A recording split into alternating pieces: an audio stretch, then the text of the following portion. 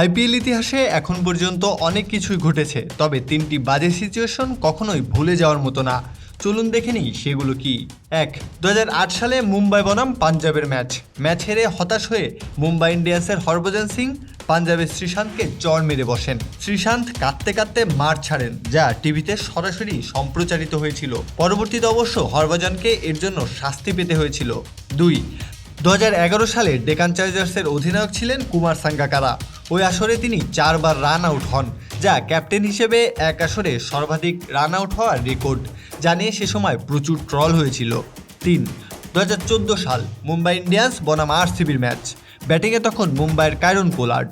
Mitchell Starc বল করার জন্য দৌড় শুরু করলে পোলার্ড ক্রিজ থেকে সরে যান এবং স্টার্ককে থামতে বলেন, তবে স্টার্ক পোলার্ডকে উদ্দেশ্য করে বল ছুঁড়ে মারেন। পোলার্ডও কম যান না, হাতে থাকা ব্যাটটি স্টার্কের দিকে ছুঁড়ে মারেন, যা আইপিএলে প্লেয়ারদের আচরণ নিয়ে বিতর্কের জন্ম দেয়।